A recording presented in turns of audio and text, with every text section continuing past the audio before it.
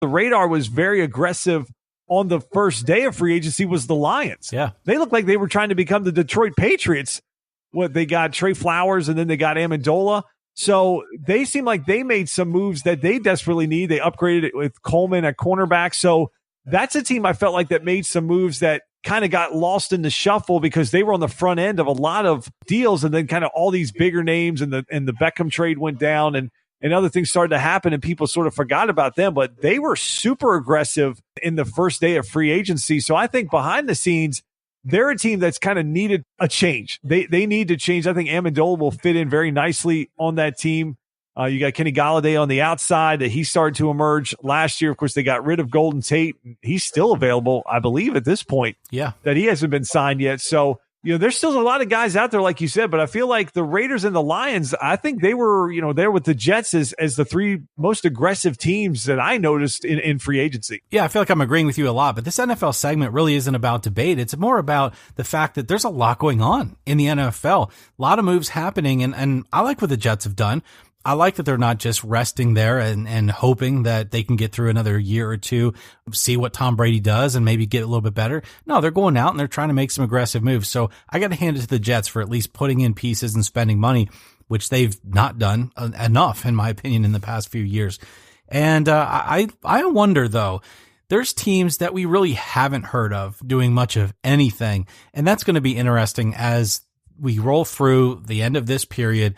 Then you get into obviously the OTAs and mini camps, and then the NFL kind of that news rush starts up again. But I feel like there's teams like, let's say the Packers or even the Falcons, or teams that just really, you haven't heard anything about them doing. Well, you said the Bengals. I mean, there's just teams you haven't heard a thing about, and you kind of sit there and wonder, okay, why are they not doing anything? So Justin, one last thing before we head out of the NFL, and it's kind of a crazy question, but I know LeBron James is in search of more titles, so maybe he will go to the Cleveland Browns, bring it back to Cleveland, and have a chance to win more championships. What do you think about that? Well, we know he likes to be a front runner.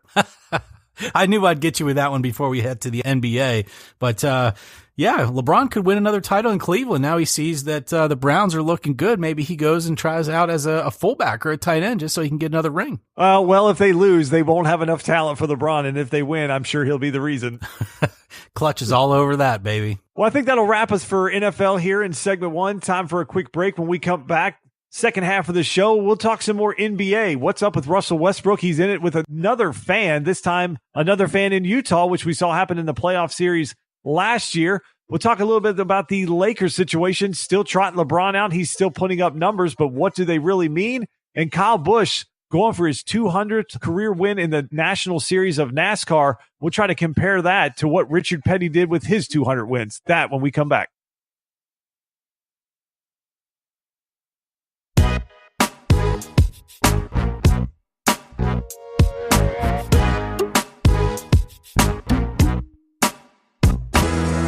All right, we are back. Let's jump into some talk-worthy topics. Big topic in the NBA right now, and it's for something that took place on the court, but not necessarily in the play of a game. Russell Westbrook, once again, into it with a fan. This time you really only got to see Russell Westbrook's reaction, which we can't play because, well, frankly, we don't have the rights, and because we'd like to stay out of the explicit content version. But Russ was not very happy with the fan. Looked like he was ready to throw down. Apparently, after an investigation, the fan tried to say that he was telling Russ to ice his knees, not get on his knees like he's used to.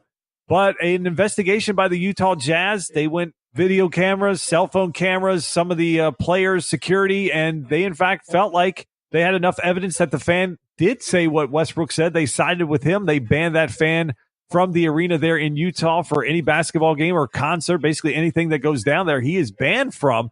We already know, Eric, fans say dumb stuff to the players, but as much as I like Russell Westbrook, as much as I like the fact that he goes hard every single game, he plays hard, he's fun to watch, he has been into it with a lot of fans. He had the little kid in Denver that sort of shoved him, and he had to make a big deal about that. I believe he's had at least 3 incidents this year that I can think of. A couple years ago, he had the incident in Philly. Of course, the whole debacle last year with this team sort of self-destructing versus Utah and getting knocked out in the first round. So with Westbrook, is it just as simple as this guy's got to maintain control of himself, and he cannot let fans continue to do this to him and get him out of his sort of rhythm, basically, of playing the game? I don't know, because I got to side with Russ at least a little bit from the standpoint of, in any athletics that I've been a part of through my life, and it's been nowhere close to the competitive environment of course, what Russell Westbrook is in the NBA. You hear that stuff, right? I mean, golfers hear it, NASCAR drivers hear it during intros, driver intros, baseball players hear it when they're out basically all by themselves in left field, center field, and fans can be streaming stuff down into the outfield. And what's that player to really be able to do? And of course, football players, they're standing on the sideline, and the fans that have bought tickets for those first couple rows can be throwing stuff or snowballs or beer, yelling stuff. And then of course, NBA, I don't know, other than golf, that there's any sport that allows the spectators closer to the action than the NBA. And so those players are going to hear it when guys make really dumb and ridiculous comments. And I think that you got to give it at least to the players a little bit, that through an 82 game season plus playoff time, so additional games, basically for guys as good as Westbrook, who's on good teams, 90 plus games a year, you're hearing that probably 90 plus games. And for, let's say, 98% of the time, you're not reacting to it. You're letting it go. However, it would get to me too if there were either racial or homophobic or other slurs being thrown at me time and time again. And at some point, you just lose your cool. And I don't know if there was a trigger. I don't know if there was certain words being used by this guy. I don't know. He seems to claim he's so innocent, and he had this like 2-minute interview that was on the local news, and I don't know what I was doing. And my wife was, this is her first NBA game, and she sat there the whole time with her hands in her lap, folded over, and, this is so embarrassing. And give me a break. You said something, because an NBA player isn't going to just stand there and scream expletives and basically threaten harm to you and your wife and put himself out there like that if you didn't say something that triggered him. And so I understand where Russell Westbrook's coming from, but Justin, I think, and I'll let you talk about this side of it too, is I think if you're an NBA player, you've also got to be careful, because instead of the story being about what the fans said to rile him up, it's also now partly about Russell Westbrook basically threatening harm to a female fan. It's one thing to say to a guy, hey, I'm going to come up there and bust you in the face. But if I'm going to F you up and your wife, he's got to be careful with that too. I just feel like Russ is involved in more of these type of situations than anybody in the league. And now with social media and the fact that anything that happens, we pretty much get to see almost instantaneously, it feels like Russ is involved in way more than anybody else. And I think that when you go to a more hostile environment, where a place like Utah, where you're starting to build a rivalry, where fans frankly don't like you, you're public enemy number one, if you let them know that they're irritating you and getting under your skin, he's got to change that. To your point, there are fans that say stuff to other players, but you don't see the reactions that they have compared to what Russ has. I mean, even the kid in Denver that sort of like, gave him a little shove. Like, instead of Russ kind of having fun with it, he wants to lecture the dad and go off on it. He could downplay some of this stuff where fans are like, you know what? We can't really get in his head. It's not worth it. But I think fans generally know, like, hey, you know what? We can say certain things and he's going to react to it. And if we're filming this, we can go viral. There's a lot of fans that want to do that. The whole James Dolan situation that just took place in New York. The fans like followed him around for 2 segments when he's, and he looks like a complete jackass. You're a billionaire and you want to ban a fan because he says to sell the team. He set you up and played you. And you look like the bad guy to the public. So I just feel like with Russ, it's just when you get into these playoff series and you're going to the same arena 3 to 4 times in a 7-game series, depending on if you're the higher or the lower seed, and if you let fans know that they're getting to you, I think, Eric, they're just going to continue to ramp it up and make it that much worse. For the common man, no, we don't know what it's like to have people yelling at us and screaming at us and cursing at us and talking about us and our family. But all of us are in situations, even when we drive a car, that people do dumb stuff to us. People cut you off, people flip you off, people put you in danger. And you can either do something that could be regrettable because you feel disrespected, or you can just let it go so that you make it home safe or your family makes it home safe and you don't take a situation to make it worse. And I think Russ is the guy that if he gets cut off, he is going to drive down, get on the shoulder, pull in front of you, jump out of your car, and want to drag you out. And that's just his perception. And I think people know that.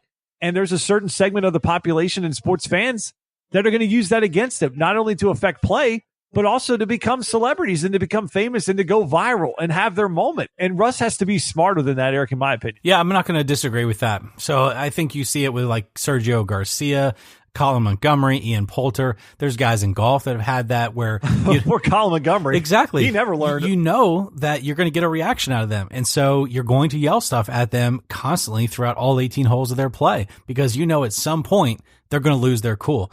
Russell Westbrook is sort of like a guy like Ron Artest, Meta World Peace. How ironic, right? Meta World Peace, who was known for turning around and going into the stands after a fan if he has to. These guys have breaking points, you're right. And I think Russ is just one of those guys that has his trigger is a little bit maybe of a softer touch than some of the others. But again, if what the guy said is racial or homophobic in nature, I mean, you know, he's a human being too. So you just, at some point, there's a breaking point there, but you can't threaten the guy back with physical violence. No, and the NBA, they need to do a better job either with more security that they have, making the home team of the arena provide more security around the benches, making the teams bring more security to the arena, because the last thing, the NBA is growing, they're making gobs of money. The last thing they want is another situation like 2004, where you just have a ruckus going on, because now that can get blocked on YouTube and it gets harder to find. If something like that happens today, like the Malice in the Palace, it's going to be all over social media, all over people's cameras. It will go crazy with just self-recorded videos that the NBA is just not going to be able to block. That could be the worst thing for this league, and I feel like they're creeping closer and closer to getting back to that. The fans are closer than ever. The players are starting to have more reactions. Like, you know, we've seen Russ have more than anyone else. Blake Griffin had a reaction this year. Patrick Beverley threw a ball at a fan in Dallas and got ejected from a game. So you see this stuff happen, but I think the NBA also needs to get a better grip on this stuff. And they need to have a better understanding of this viral, sensational world, that it only takes one fan out of 20,000 to start what happened in 2004. Yeah, that's an excellent point. I think they do need their local security guys, their stadium and arena security guys need to be a little bit more on top of this. If they hear fans starting to get a little bit more boisterous, a little bit louder, they need to be stepping a little bit closer. And then the moment that fan says something like this guy allegedly said, he needs to be removed by security. That way Russ doesn't even have to be involved. Yeah, or there's enough people there, if Russ does hear something, he just turns around to somebody else and says, hey, get that guy out of here, make him stop, do something. And then he doesn't even have to be involved in it. Well, speaking of people, if I was a fan, even a Utah fan, and some guy next to me is saying stuff like that to a player, I'm not cool with that. I'm not okay with that. How come some of the fans around this guy didn't turn and say, dude, just shut up, man? I don't know. I mean, it seemed like they had enough people that they went and interviewed during their investigation that did corroborate what Westbrook said. So, I mean, maybe some people just, and you never know who's around him too. If you have a family there, you know, if you're a dad there with your kids, do you really want to say something to get this guy riled up and he does something stupid to you and hurts you in front of your kids? I think there's a lot of things like that you don't. And frankly, you know, we both have kids. I haven't taken my kids to any games yet. I'm waiting for them to get older because frankly, you see so much stupid stuff that goes down at games and at stadiums. It's like, do you really want to expose your kids to that? Do you really want to see them, you know, people fighting around, somebody could fall on them and hurt them? And God forbid something even worse than that happens. The NFL, the NBA, these major league teams, they need to do something about the in-game fan experience. I don't feel like they've done a very good job. Yeah, you can text if someone's causing a ruckus in your section, but if you're in a arena with 20,000 people or in a stadium with 75 to 90,000, is your cell phone even going to work at that point? Are the amenities up to even give you cell coverage or Wi-Fi or something where you can even get a text out and get help for around there? So, yeah, I think there's a lot of things that the fans have to patrol other fans. But I think the arenas, Eric, it feels like they just have like razor thin staffs that they just don't have enough people. I mean, I've seen stuff happen and it take 5 to 10 minutes to get one guy there who's literally like 75 years old and is not going to be able to stop anything.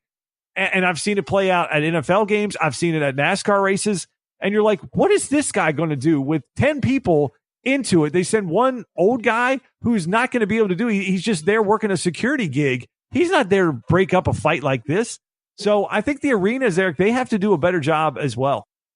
All right, so we talked a little bit about Russell Westbrook. He's known for being the stat guy, filling it up every night. So LeBron James